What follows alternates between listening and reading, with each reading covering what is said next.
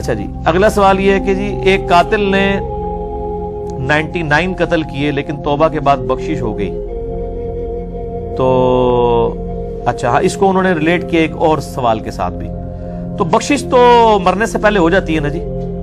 جامعہ ترمذی میں حدیث ہے کہ موت کے غرغرے سے پہلے پہلے اللہ تعالیٰ توبہ قبول کر لیتا ہے، اور سورۃ الفرقان کی آیت نمبر 70 ہے، جو دنیا کی زندگی میں شرک سے بھی توبہ کر لے اللہ اس کے گناہوں کو بھی نیکیوں سے بدل دے گا۔ شرک سے بڑا تو کوئی گناہ نہیں ہے نا، شرک بھی مرنے سے پہلے معاف ہو جائے گا، اور مرنے سے مراد ہے موت کے غرغرے سے پہلے۔ اگر ایگزیکٹ نزع کے عالم میں کوئی توبہ کرے وہ توبہ قبول نہیں۔ اسی لیے میں کہتا ہوں کہ جن لوگوں کو بلڈ کینسر ہو جاتا ہے یا کسی کے کڈنی فیل ہو جاتے ہیں یا کوئی ایسا ایشو ہو جاتا ہے کہ وہ مریض سے پھر وہ بیماریاں چھپا رہے ہوتے ہیں، گورا نہیں چھپاتا، وہ تو ڈائریکٹ مریض کو بتا دیتا ہے۔ ہمارے لوگ چھپاتے رہتے ہیں، یہ بڑا ظلم کرتے ہیں۔ ایک بندے کو اگر بلڈ کینسر یا کوئی اور کینسر ڈکلیئر ہو گیا اور ڈاکٹر کہہ رہا ہے جی 3-4 مہینے نکالے گا، تو ابھی اس کا نزع کا عالم شروع نہیں ہوا، آپ اس کو بتا دیں کہ بھائی اب تمہاری لائف اتنی ہے، تاکہ وہ توبہ تو کرے یار، اس کی بخشش ہو جائے گی، اس کی تو موج لگ جائے گی۔ بتا دینا چاہیے اس کو، بالکل نہیں چھپانا چاہیے۔ چھپا کے یا تو آپ اس کو 4 مہینے کو 4 سال نہیں کر سکتے، یہ تو اسٹیبلش ہے کہ کینسر کے مریض کتنے عرصے تک جی سکتا ہے، اگر وہ 3rd یا 4th سٹیج کا کینسر ہے اس کو فوراً بتائیں اس کو، تاکہ وہ توبہ کر لے۔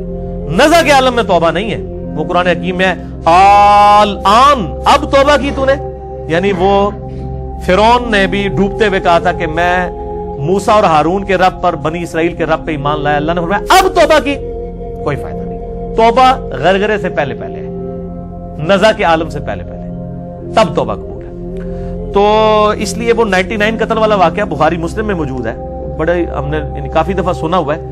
اس میں پھر وہ یہ بھی ہے کہ پھر اس کو اینڈ پہ ایک صحیح عالم ربانی ملتا ہے، وہ کہتا ہے فلاں جگہ پہ اللہ کے نیک بندے ہیں، ان کے پاس جا کے تو اپنی ان کی صحبت اختیار کرو۔ لیکن چونکہ توبہ جو ہے وہ صرف زبانی سے کہنے کا نہیں ہے، دل کی شرمندگی اور اللہ کی طرف رجوع لانے کا نام توبہ ہے، وہ اس نے کر لی تھی، تو اللہ تعالیٰ نے اس کو معاف فرما دیا اپنی رحمت کی وجہ سے۔ اور بخاری مسلم میں آتا ہے حالانکہ وہ نیک لوگوں کی بستی سے دور تھا، اللہ تعالیٰ نے اس کو زمین کو سمیٹ دیا، وہ نہ بھی سمیٹتی بیسیکلی تو وہ توبہ کر چکا ہوا تھا۔ اس کو انہوں نے ریلیٹ کیا ہے ایک اور سوال کے ساتھ کہ جی ایک صحابی تھے جنہوں نے چادر چوری کی تھی، وہ مال غنیمت میں سے، اور ان کو پھر کیوں دوزخ میں ڈالا گیا اور ان کے اوپر آگ کی، ہاں جی شہید ہونے کے باوجود، ہاں جی اس کی وجہ یہ ہے کہ جن کے رتبے سوا ہے نا جی ان کا معاملہ بھی سخت ہے۔ ایک لائق شاگرد جب جو ہے وہ 2 نمبری کرتا ہے نا تو استاد کو زیادہ غصہ آتا ہے، نالائق کے اوپر اتنا غصہ نہیں آتا، یہ دنیا کا بھی رول ہے۔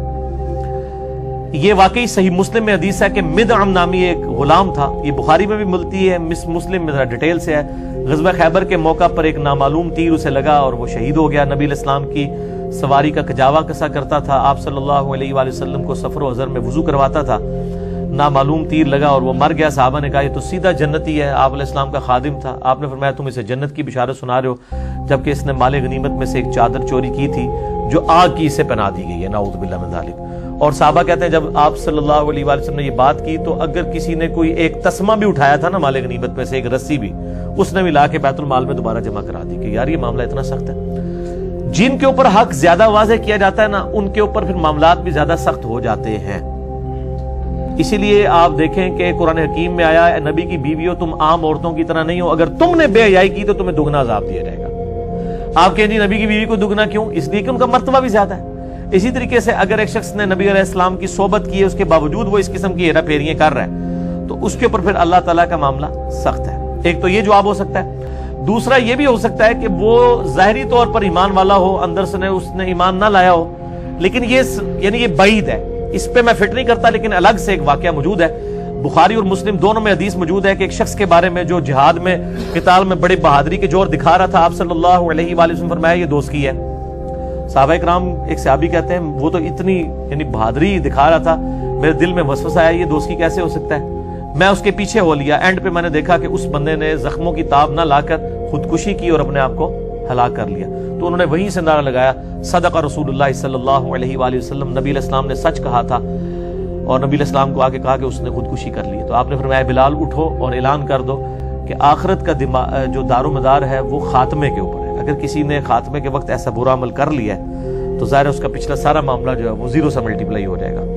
تو وہ چونکہ اس نے خودکشی کی تھی، اس کی وجہ سے اس کو دوست کی کہا گیا۔ تو نبی علیہ السلام کو تو یعنی غیبی خبر اللہ کی طرف سے آ جاتی تھی. آج آپ کسی کی جنت دوزخ کا فیصلہ نہیں کر سکتے, جنت کا بھی فیصلہ نہیں کریں گے. یہ جو جنت کے ٹکٹ بانٹتے پھرتے ہیں اور لوگوں کو دوزخ کے ٹکٹ باندھتے پھرتے ہیں, یہ آپ کسی کا فیصلہ نہیں کر سکتے.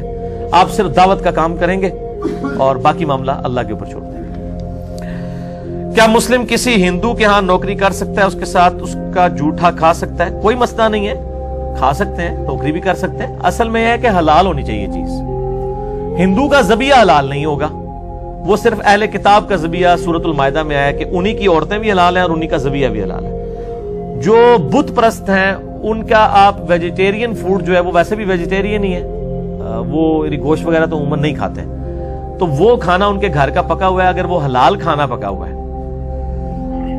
اور ایسے تیل میں پکا ہوا ہے کہ جس کے اندر خنزیر نہ پکایا گیا ہو یا ایسے حرام مردار گوشت نہ پکایا گیا ہو, تو آپ کھا سکتے ہیں, اس میں کوئی حرج نہیں ہے. اسلام کوئی اس طرح کی نفرت نہیں سکھاتا. دوسری طرف یہ جتنی نفرتیں ان لوگوں نے پھیلائی ہیں, یہ لوگ ہی لوگوں کو واقعات سنا رہے ہوتے ہیں کہ نبی علیہ السلام نے اپنی چادر بھی کافروں کے لیے بچھا دی, اپنے ساتھ بٹھاتے تھے. آج کے دور میں یہ واقعات بھول کیوں جاتے ہیں اور کیوں اس سختی کے اوپر اتر آتے ہیں اور وہ کہتے ہیں کہ جی اس طرح کھانا پینا سب کچھ کریں گے, دل ہی لگاؤ, کافر کے ساتھ نہیں ہونا چاہیے. باقی دنیاوی معاملات میں کوئی بھی ہو, کوئی بھی انسان ہے, کسی بھی مکتب فکر سے, کسی بھی مذہب سے, کسی بھی فرقے سے تعلق رکھتا ہے, آپ دنیاوی معاملات اس کے ساتھ لے کے چل سکتے ہیں. اچھا جی, کون سی حدیث صحیح ہے اور کون سی حدیث ضعیف ہے, اس کے بارے میں کیا؟ میرے بھائی یہ کوئی جھگڑا نہیں ہے. بخاری اور مسلم تو صحیح ہے نا, اہل سنت مان رہے ہیں نا, تو آپ پہلے پوری زندگی بخاری مسلم مجھے پڑھ کے بتائیں نا. 7563 حدیث بخاری میں اور اتنی مسلم کے اندر ہے, یہ 15,000 کے قریب بنتی ہیں. آپ پہلے یہ تو پڑھیں, قرآن ہی لوگوں نے ترجمے سے نہیں پڑھا, جو اس سے یاد ہے وہ نہیں پڑھا ہوا.